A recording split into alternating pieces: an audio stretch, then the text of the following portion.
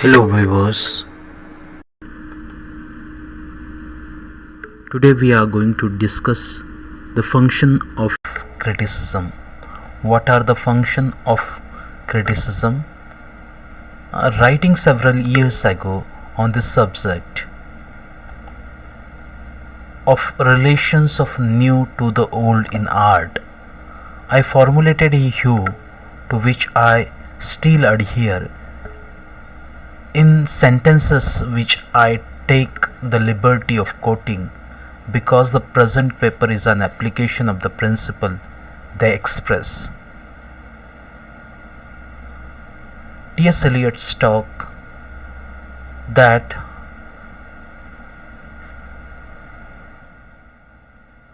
he was writing several years ago on the subject of relations of new to the old in art.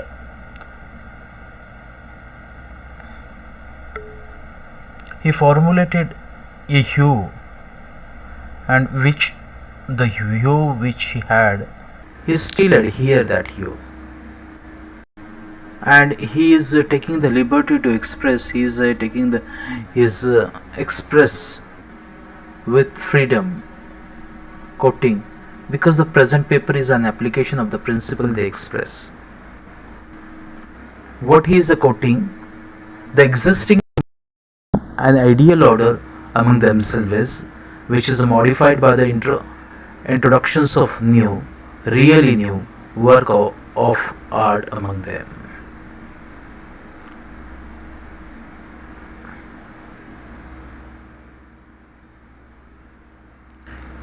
सध्या अस्तित्वात असणाऱ्या मॉन्युमेंटच्या फॉर्ममध्ये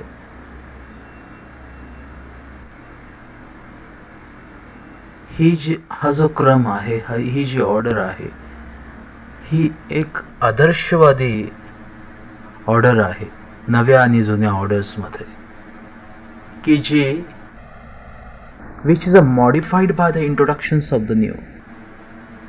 जी जुनी order नव्या ऑर्डरमुळे काय झालेली आहे, तर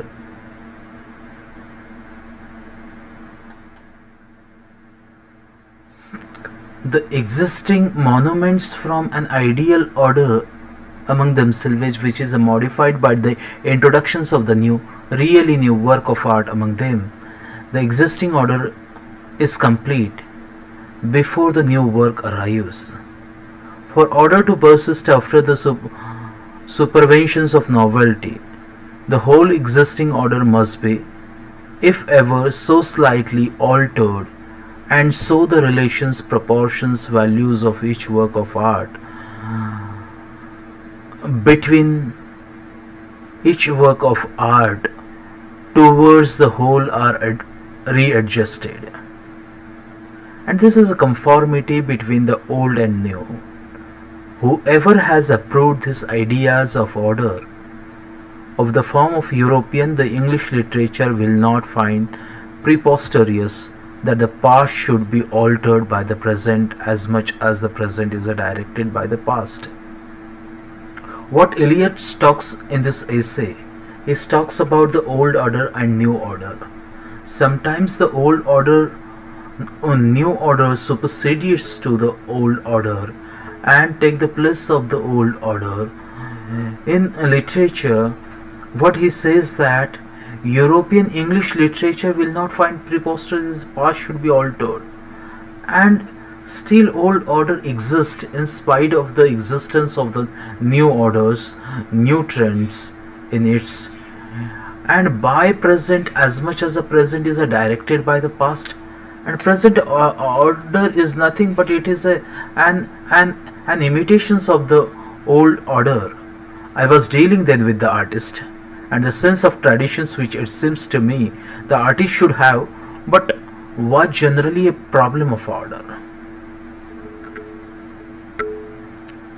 He was Eliot काय म्हणतात तर ते एका आर्टिस्टशी सोबत I was dealing with an artist. He was concerned with an artist ज्या आर्टिस्टमध्ये एक सेन्स ऑफ ट्रॅडिशनचा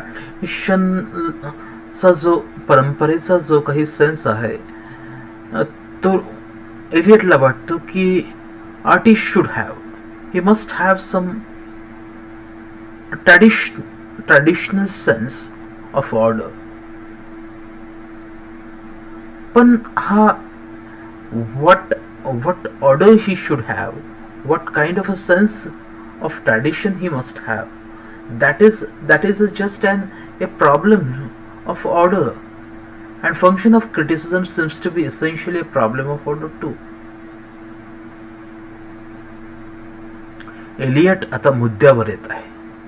एलियट काय म्हणत आहेत तर सुरुवातीला तो जुना क्रम नवीन क्रम, जुना क्रम नवीन क्रम हा काही order, it doesn't mean the a क्रम, but whatever existed in the past and whatever emerge as a new trends, new things in literature, which criticism we must embrace too. What he says that it is a problem of order. And functions of criticism is also to which order we should adhere, to the new or old. Whether to accept the new literature or whether to eulogize or to praise the new literature, or whether to criticize the old literature. I thought of literature then as I think it of now, the literature of the world, of literature of Europe, and the literature of single country not as a collection of writings of individual but an organic whole. What he says, the literature of the world, literature of the Europe, and the literature of the single country not as the collections of writing of individual, these diverse writing, world writing, European writing, and a particular nation's writing and individual writings, but a organic soul. These are the organic wholes as a system, relations to which and only the relation to which individual works of literary art and work of individual artists have their significance. See, other criticism has also importance, but an individual artist who produce literature has also have an importance. Also, its literature is also crucial. There is accordingly something outside of the artist to which he allows allegiance, a devotion to which he must surrender and sacrifice himself in order to earn and to obtain his unique position. What Eliot says that here there is accordingly something outside of the artist. There is such kind of elements that is beyond the artist's reach, which he must oblige. He must have a allegiance. He must have a devotion to which he must surrender and sacrifice himself in order to earn and to obtain his unique position. He is different from the old, and he is also different from the new writer. So in order to achieve such kind of position, writer needs to sacrifice something.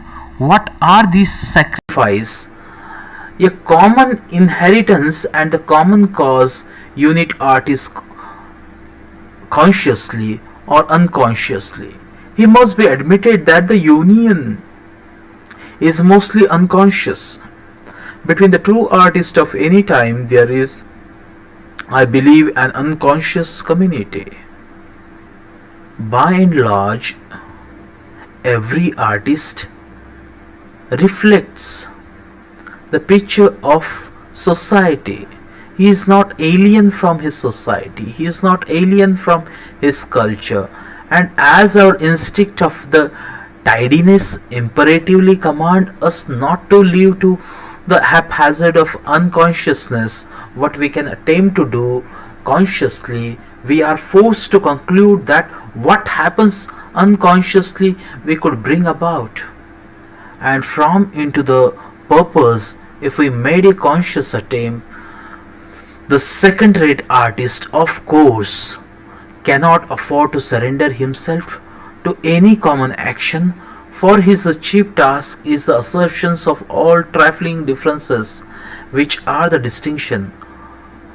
Only the man who has so much to give that he forget himself in his work can afford to collaborate, to exchange and to contribute.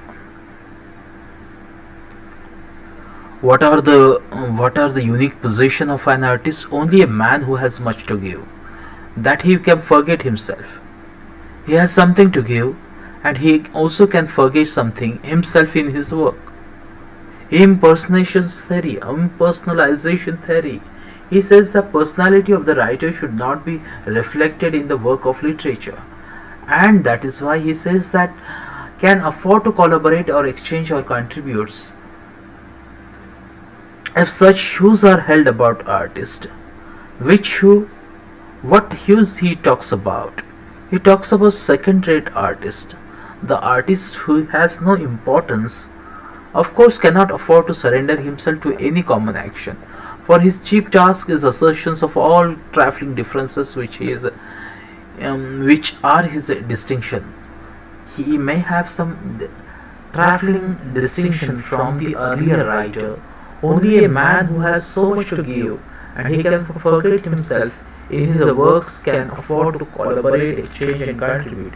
His work himself is express stuck to the reader, as such held about art. It follows that for the authorities, whoever hold them must hold similar view about criticism. When I say criticism, I mean of course in his place the commendation and exposition of work. When I say criticism, I mean a course in which this place the commendations and exposition of works of art by means of written word. For of general use of word criticism to mean such writing as Matthew Arnold uses in his essay, I shall presently make several qualifications. No exponent of criticism in this limited sense has, I presume, ever made the preposterous assumptions that criticism is an autotelic activity. I do not deny that art may be affirmed to serve the end beyond itself, but art is not required to be aware of these ends. Indeed, the performs its function, whatever that may be, accordingly to various theories of values, much better by differences to them. Criticism, on the other hand, must always profess an aid in a view which, though speaking, appears to be the elucidations of work of art and the correlations of test. Critic's task, therefore, appears to be quite clearly cut out for him, and it ought to be comparatively easy to decide whether he performs it satisfactorily or in general. What kind of criticism are useful and what are odious? What he talks about the function of criticism, what are the works of criticism, why, whether we should talk in favor of the old writer, old literature, or whether should we talk in the favor of the new writer. Then he goes on to talk that on giving the matters a little attention, we perceive that criticism, far from being a simple and orderly field of beneficent activity, we perceive that criticism, far from being simple, it is a far from simple and orderly field of benefits activity. It is a complex activity. What he means to tell to his audience, which impostors can be readily ejected, is no better than a Sunday park of contending the contentious orator who have not even arrived at the articulations of their differences. The function of criticism is in same way that an orator who want to express or articulate his thought, but when he is not when have not even arrived the articulation of difference. What are the differences? This is just a trivial thing of here one should suppose was a place for quiet cooperative labors. Critic, one should suppose, if he is to justify his existence, should endeavor to discipline his personal prejudice and cranks. Function of criticism is not to express one's own prejudices and cranks, but tears to which all subject, and composes a difference with many of his fellow as possible. What what the critic should do?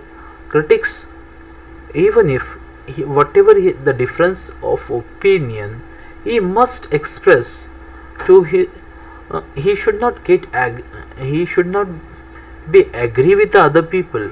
He should have his own opinion in common pursuit of true judgment. When we find that the quite contrary prevail, we began to suspect that the critic owes his livelihood to the violence and extremity of his position, and other critics or else to some trifling oddities of his own men already hold, and which out of vanity or sloth they prefer to maintain. We are tempted to expel the lot immediately after such an evictions. As soon as the belief has abated our range, we are compelled to admit that there remain certain books, certain essays, certain sentences, certain men who have been useful to us, and our next step is to attempt to classify these and find out whether we establish any principle for deciding what kind of book should be preserved and what aims and methods of criticism should be followed.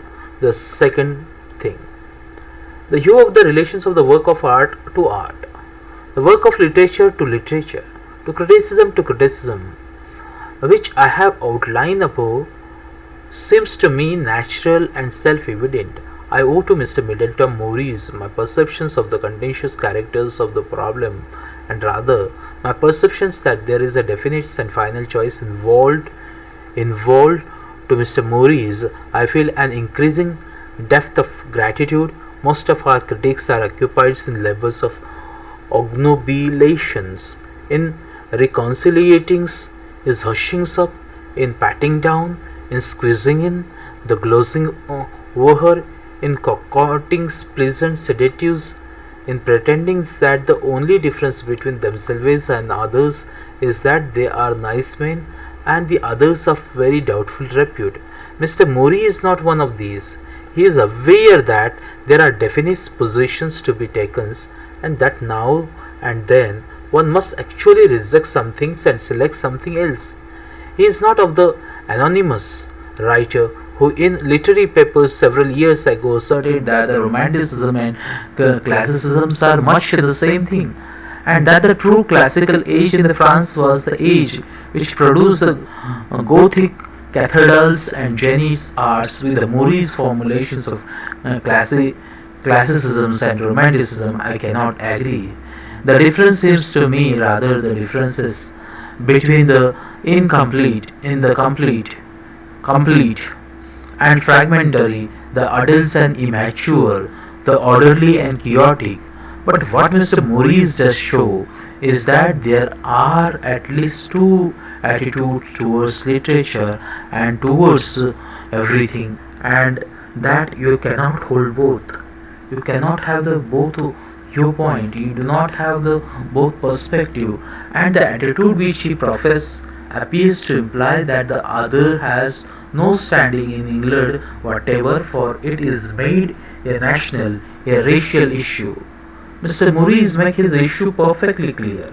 Catholicism, he says, stand for the principle of unquestioned spiritual authority outside the individual. That is also the principle of classicism in literature.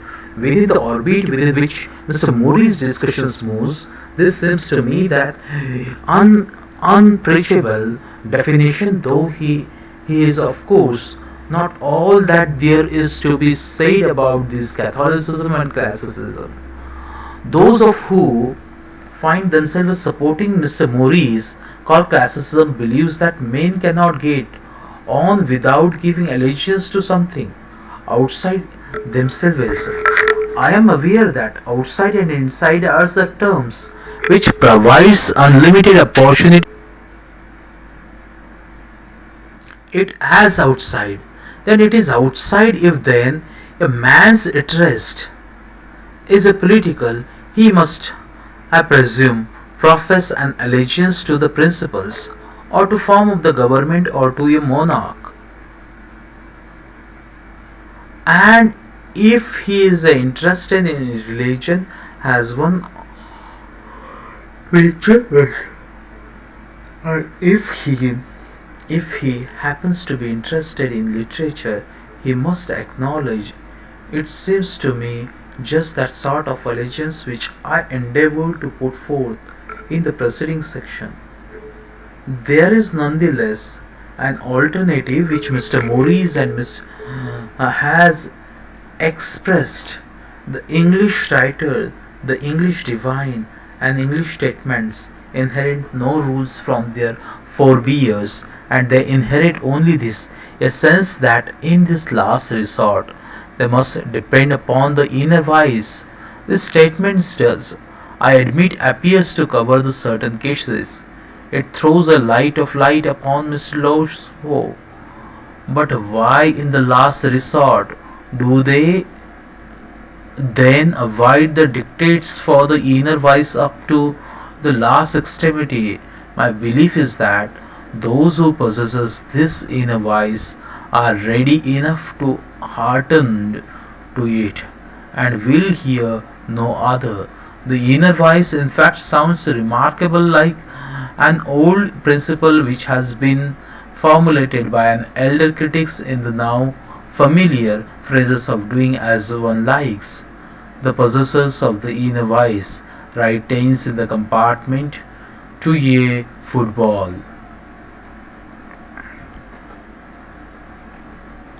Hudibras. Third thing, the discussions may seems to have led us long way from the subject of this paper, but it was worth my while to follow Mr. Murray's comparison to outside the authority which the inner vice, for those who obey the inner vice, perhaps obey is not the word. Nothing that I can say about criticism will have the slightest value, for they will not be interested in the attempts to find any common principles for the pursuit of criticism. Why have principles which one has the inner wise, if like a hill? That is all I want. See, we are talking from last few minutes about literature and the function of criticism, and we will continue our